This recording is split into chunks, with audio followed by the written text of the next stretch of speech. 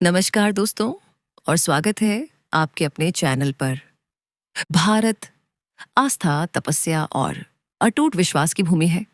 यहाँ की मिट्टी में ऐसी कहानियां रची बसी हैं जो मृत्यु के अटल सत्य को भी चुनौती दे सकती हैं। आज हम जिस कथा की गहराइयों में उतरने जा रहे हैं वह सिर्फ एक व्रत की कहानी नहीं है। ये कहानी है उस नारी शक्ति की जिसके प्रेम और संकल्प के आगे साक्षात मृत्यु के देवता यमराज को भी झुकना पड़ा था। ज्येष्ठ मास की अमावस्या, जब सुहागिन स्त्रियां वट वृक्ष के चारों ओर रक्षा सूत्र बांधती हैं तो वे सिर्फ एक परंपरा नहीं निभा रही होती, बल्कि वे सदियों पुरानी उस असीम शक्ति को याद कर रही होती हैं जिसे दुनिया सती सावित्री के नाम से जानती है। आइए समय के पन्नों को पलटते हैं और चलते हैं उस युग में जहां से शुरू होती है सावित्री और सत्यवान की यह अमर गाथा। प्राचीन काल में मद्र देश नाम का एक अत्यंत समृद्ध और खुशहाल राज्य हुआ करता था। वहां के राजा थे अश्वपति।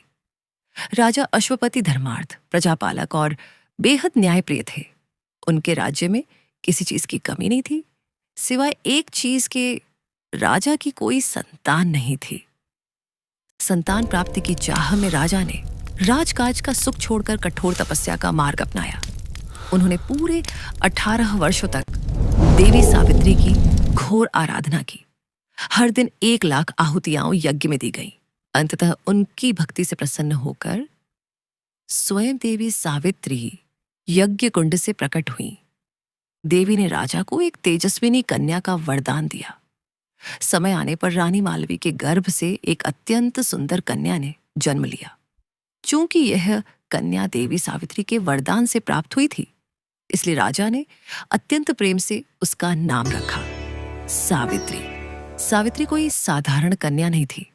जैसे जैसे वह बड़ी हुई, उसका रूप, शील और तेज इतना दिव्य हो गया कि जो भी उसे देखता उसे लगता जैसे कोई साक्षात देवी स्वर्ग से उतर आई हो। उसका तेज इतना प्रखर था कि राज्य का कोई भी राजकुमार उसके सामने खड़े होने या उससे विवाह का प्रस्ताव रखने का साहस ही नहीं जुटा पाता था। जब सावित्री विवाह योग्य हुई और कोई उपयुक्त वर नहीं मिला तो राजा अश्वपति चिंतित हो गए। उन्होंने सावित्री को बुलाया और कहा, पुत्री, तुम स्वयं अपने योग्य वर की तलाश करो। पिता की आज्ञा पाकर सावित्री एक भव्य रथ पर सवार होकर वृद्ध मंत्रियों के साथ अपने जीवन साथी की खोज में निकल पड़ी। उसने बड़े बड़े नगर, तीर्थ स्थान और तपोवन छाने और इसी खोज के दौरान एक घने जंगल के आश्रम में उसकी दृष्टि एक युवक पर पड़ी। वह युवक लकड़ियां काट रहा था। उसके वस्त्र साधारण थे, लेकिन उसके चेहरे पर एक अद्भुत शांति और सूर्य के समान तेज था। वह थे सत्यवान। सत्यवान साल्वा देश के राजा द्युमत सेन के पुत्र थे। राजा द्युमत सेन अंधे हो चुके थे और एक चालाक शत्रु ने उनका राज्य छीन लिया था। अब वह अपनी पत्नी और पुत्र सत्यवान के साथ जंगल में एक कुटिया बनाकर तपस्वियों का जीवन व्यतीत कर रहे थे। सत्यवान अपने अंधे माता पिता की सेवा में अपना पूरा जीवन समर्पित कर चुके थे। सावित्री ने जब सत्यवान के गुण, उनका धर्म और उनकी मातृ पितृ भक्ति को देखा तो उसने अपने मन ही मन सत्यवान को अपना पति स्वीकार कर लिया। सावित्री अपनी यात्रा पूरी करके पिता के महल लौटी।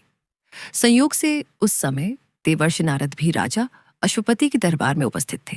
सावित्री ने अपने पिता को बताया कि उसने साल्वा देश के निर्वासित राजकुमार सत्यवान को अपना पति चुन लिया है। यह सुनकर राजा अश्वपति प्रसन्न हुए, लेकिन देवर्षि नारद के चेहरे पर चिंता की लकीरें खींच गईं। नारद जी ने कहा, राजन, सावित्री ने बहुत बड़ी भूल कर दी है। सत्यवान गुणों की खान है। वह रूप में देवकुमार, क्षमा में, पृथ्वी और वीरता में इंद्र के समान है, लेकिन उसमें एक बहुत बड़ा दोष है। राजा अश्वपति ने घबरा कर पूछा, कैसा दोष मुनिवर? नारद जी के शब्द पूरी सभा में किसी वज्र की तरह गिरे सत्यवान की आयु बहुत छोटी है। आज से ठीक 1 वर्ष बाद इसी दिन सत्यवान की मृत्यु निश्चित है। यह सुनकर राजा अश्वपति के पैरों तले जमीन खिसक गई। उन्होंने सावित्री से कहा, पुत्री, तुमने सुना? सत्यवान अल्पायु है। तुम अपना विचार बदल दो और किसी अन्य राजकुमार को चुन लो। लेकिन सावित्री तो नारी धर्म की प्रतिमूर्ति थी। उसने अत्यंत दृढ़ता से अपने पिता की ओर देखा और वह ऐतिहासिक वाक्य कहा जो आज भी भारतीय संस्कृति में गूंजता है, पिताजी, आर्य कन्याएं अपना पति एक ही बार चुनती हैं, चाहे वह दीर्घायु हो या अल्पायु, चाहे वह गुणवान हो या निर्गुण। मैंने मन, वचन और कर्म से सत्यवान को अपना पति मान लिया है। अब मेरा विवाह उसी से होगा। सावित्री के इस अटल निश्चय के आगे पिता को झुकना पड़ा। देवर्षि नारद ने भी अपना आशीर्वाद दिया और सावित्री का विवाह पूरे विधि विधान से सत्यवान के साथ संपन्न हो गया। विवाह के बाद सावित्री ने अपने सारे राजसी वस्त्राभूषण महल में ही त्याग दिए और साधारण वस्त्र पहनकर अपने पति के साथ जंगल की ओर चल दी। महल की वह राजकुमारी जिसने कभी जमीन पर पैर नहीं रखा था, अब जंगल में लकड़ियां बीनती, भोजन पकाती और अपने अंधे सास ससुर की पूरी निष्ठा से सेवा करती। सत्यवान और उसके माता पिता सावित्री के व्यवहार से बहुत प्रसन्न थे, लेकिन सावित्री के दिल में देवर्षि नारद के वे शब्द हर पल एक कांटे की तरह चुभते थे। ठीक 1 वर्ष बाद सत्यवान की मृत्यु। जैसे जैसे वह दिन करीब आ रहा था, सावित्री का मन भय से कांप उठता, लेकिन उसने किसी को इस बात का पता नहीं चलने दिया। जब सत्यवान की मृत्यु का दिन केवल 3 दिन दूर रह गया, तब सावित्री ने त्रिरात्र व्रत, लगातार 3 दिन और 3 रात का कठोर उपवास शुरू कर दिया। उसने अन्न और जल दोनों का त्याग कर दिया। ससुर द्युमत्सेन ने उसे बहुत समझाया कि इतनी कठोर तपस्या मत करो, लेकिन सावित्री ने बस मुस्कुराकर आशीर्वाद मांगा और अपना व्रत जारी रखा। और अंततः वह अशुभ दिन आ ही गया। सुबह उठकर सावित्री ने अपने सास ससुर के चरण स्पर्श किए। सत्यवान ने अपनी कुल्हाड़ी उठाई और लकड़ी काटने के लिए जंगल की ओर जाने लगा। सावित्री आज किसी भी कीमत पर सत्यवान को अकेला नहीं छोड़ना चाहती थी। उसने कहा, स्वामी, आज मेरी भी इच्छा है कि मैं आपके साथ वन के सौंदर्य को देखूं। सत्यवान मान गया और दोनों जंगल में गहरे उतर गए। जंगल में सत्यवान पेड़ों से फल और लकड़ियां इकट्ठा करने लगा। अचानक सत्यवान के सिर में भयानक पीड़ा होने लगी। सत्यवान के हाथ से कुल्हाड़ी छूट गई। वह पसीने से तरबतर हो गया। उसने कराहते हुए कहा, सावित्री, मेरे सिर में असहनीय दर्द हो रहा है। मेरे अंगों की शक्ति टूट रही है। मुझे नींद आ रही है। सावित्री समझ गई कि देवर्षि नारद का कहा हुआ समय आ गया है। वह वहीं एक विशाल वटवृक्ष बरगद के पेड़ के नीचे बैठ गई और सत्यवान का सिर अपनी गोद में रख लिया। वह मन ही मन ईश्वर से प्रार्थना करने लगी। तभी सावित्री ने देखा कि सामने से एक भयानक और शक्तिशाली आकृति आ रही है। उनका शरीर काले रंग का था। आंखें लाल अग्नि के समान चमक रही थी। उन्होंने लाल वस्त्र पहने हुए थे और उनके हाथ में एक भयंकर पाश था। वे साक्षात मृत्यु के देवता यमराज थे। यमराज ने अपने पाश से सत्यवान के अंगूठे के आकार के सूक्ष्म शरीर प्राण को खींच लिया। सत्यवान का शरीर निर्जीव होकर सावित्री की गोद में पड़ा रह गया। यमराज सत्यवान के प्राणों को लेकर दक्षिण दिशा की ओर चल पड़े। सावित्री अपने पति के मृत शरीर को उस वट वृक्ष के नीचे छोड़कर यमराज के पीछे पीछे चलने लगी। कुछ दूर जाने पर यमराज को अपने पीछे किसी के आने की आहट हुई। उन्होंने मुड़कर देखा तो हैरान रह गए। उन्होंने कहा, हे पतिव्रते, तुम यहाँ कहाँ आ रही हो? मृत्यु लोक में जीवित इंसानों का प्रवेश वर्जित है। तुम्हारे पति की आयु पूरी हो चुकी थी, इसलिए मैं उसे ले जा रहा हूं। अब तुम वापस लौट जाओ और सत्यवान का अंतिम संस्कार करो। लेकिन सावित्री वापस नहीं लौटी। उसने बड़ी ही विनम्रता और बुद्धिमानी से कहा, प्रभु, जहां मेरे पति जाएंगे मुझे वहीं जाना चाहिए। यही पत्नी का सबसे बड़ा धर्म है। और शास्त्रों में कहा गया है कि विद्वानों और सज्जनों के साथ 7 कदम चलने से ही मित्रता हो जाती है। आप तो स्वयं धर्मराज हैं। मेरी आपसे मित्रता हो गई है। कृपया मेरी बात सुने। यमराज सावित्री की इस मधुर और धर्म से भरी बातों को सुनकर अत्यधिक प्रसन्न हुए। यमराज ने कहा, हे देवी, तुम्हारी बातों से मेरा हृदय प्रसन्न हुआ। तुम सत्यवान के प्राणों को छोड़कर मुझसे कोई भी वरदान मांग लो और वापस लौट जाओ। सावित्री ने पहला वरदान मांगा, मेरे ससुर अंधे हैं और उनका राज्य छिन गया है। मैं उनके लिए आंखों की रोशनी और उनका राज्य वापस मांगती हूं। यमराज ने कहा, तथास्तु, ऐसा ही होगा। अब तुम लौट जाओ। लेकिन सावित्री फिर भी पीछे पीछे चलती रही। उसने फिर से धर्म और कर्म की ऐसी गूढ़ बातें कहीं कि यमराज फिर पिघल गए। यमराज ने कहा, अच्छा, तुम एक और वरदान मांग लो, पर सत्यवान के प्राण नहीं। सावित्री ने दूसरा वरदान मांगा, मेरे पिता राजा अश्वपति के कोई पुत्र नहीं है। मैं उनके लिए 100 पुत्रों का वरदान मांगती हूं ताकि उनका वंश आगे बढ़े।